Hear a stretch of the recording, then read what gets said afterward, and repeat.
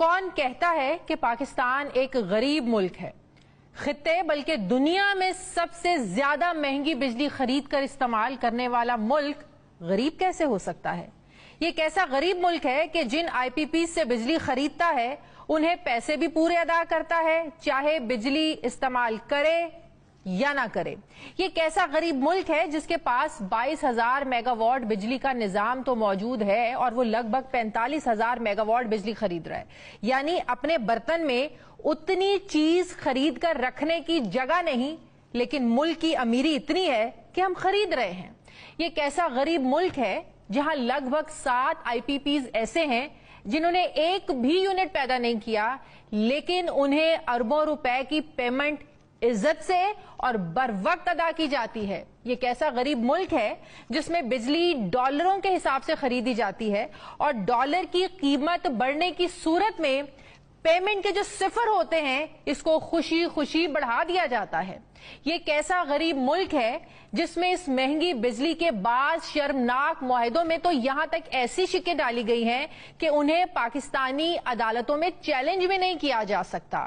آئی P Ps کے ساتھ ناظرین، ان معاہدوں کا سلسلہ 1994 میں شروع ہوا۔ پیپلز پارٹی کا دور حکومت تھا جس میں 35 کمپنیوں کے ساتھ بجلی خریدنے کے معاہدے کیے گئے۔ جنرل پرویز مشرف کے دور حکومت میں 48 کمپنیوں کے ساتھ معاہدے ہوئے۔ پھر مسلم لیگ نون نے 2013 سے 2018 کے دور حکومت میں سب سے زیادہ 130 بجلی بنانے والی کمپنیوں کے ساتھ ایگریمنٹس کیے۔ پھر اس کے بعد پاکستان تحریک انصاف، انہوں نے بھی پورا حصہ ڈالا، وہ بھی کسی سے پیچھے نہیں رہے اور اپنے دور حکومت میں 30 کمپنیوں کے ساتھ بجلی بنانے کے طویل مدت کے معاہدے کیے۔ کچھ کمپنیز کے ساتھ تو 2057 تک کے معاہدے کیے گئے، یعنی آئندہ 33 سال تک ان کمپنیوں سے عوام کی، ہم سب کی جان چھوٹنے والی نہیں ہے۔ بجلی بنائیں یا نہ بنائیں لیکن ادائیگیاں ہمیں کرنی ہیں۔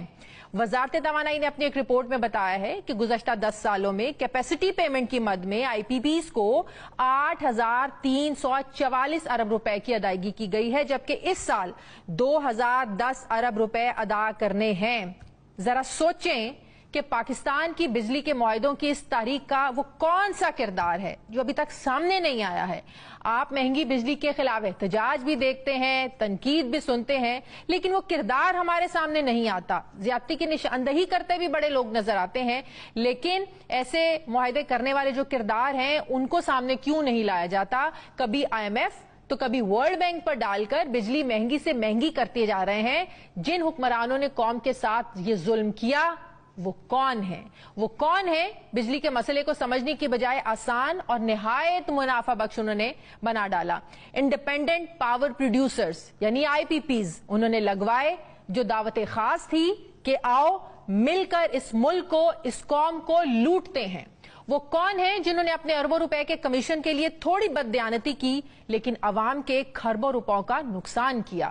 وہ کون ہیں جو کیپیسٹی پیمنٹ کے ظالمانہ معاہدے کرتے ہوئے انہیں یقین تھا کہ کبھی ان سے پوچھا نہیں جائے گا اور وہ بالکل ٹھیک تھے کیونکہ واقعی آج تک ان سے کبھی نہیں پوچھا گیا؟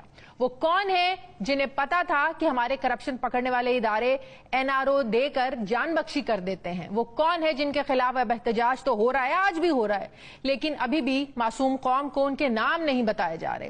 وہ کون ہے جو ایسے فیصلے کر کے بھی احتساب کے دائرے سے آج بھی باہر ہیں؟ پاکستان میں آئی پی پیز کے خلاف علم بلند کرنے والے سابق وفاقی وزیر گوہر اعجاز نے سپریم کورٹ جانے کا اندیا دیا ہے۔ وہ روزانہ پاکستان کی میڈیا سکرینز پر آتے ہیں اور ان ظالمانہ معاہدوں کو بے نقاب کر رہے ہیں۔ ان آئی پی پیز کے بینیفیشریز کے بارے میں صرف اتنی کہانی سامنے ہمارے آتی ہے کہ وہ 40 خاندان ہیں جو اب تک اربوں ڈالر لوٹ چکے ہیں، لیکن ابھی بھی سوورن گارنٹیز کے نام پر ملک کو بلیک میل کیا جا رہا ہے۔